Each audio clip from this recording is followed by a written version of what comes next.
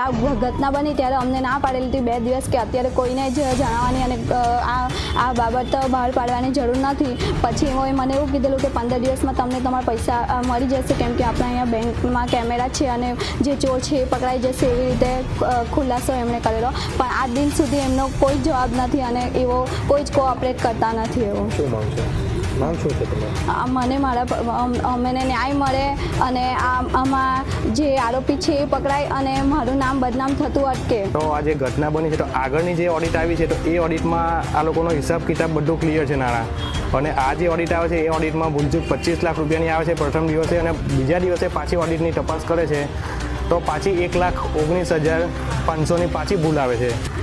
તો હું એ રજૂઆત કરું છું કે અને જ્યારે અમને ઓડિટની આવીને ભૂલચૂક આવી છે તો ત્યારે આ લોકોએ શું કીધું છે, ચેરમેનશ્રી અને ડિરેક્ટરશ્રીએ મારી મિસિસને કે તમે હમણાં પૈસા ભરો, તમે કેશિયરમાં બેસો છો, પૂરેપૂરી રિસ્પોન્સિબિલિટી તમારી આવે છે, તો તમે પૈસા ભર દો, અમે તમને 15 દિવસમાં આના કેમેરા છે, સીસીટીવી છે, અમે બધું ક્લિયર કરીને તમને તમારા પૈસા પાછા પરત રજૂ કરી દઈશું. અને બેંકનું નામ પણ ખરાબ નહીં થશે અને તમારું નામ પણ નહીં ખરાબ થાય અને અમારું નામ પણ નહીં ખરાબ થાય, તમારી નોકરી પણ અમે સાચવી. અમારી તમામ માહિતીથી અપડેટ રહેવા માટે જોડાયેલા રહો S9 ન્યૂઝ સાથે.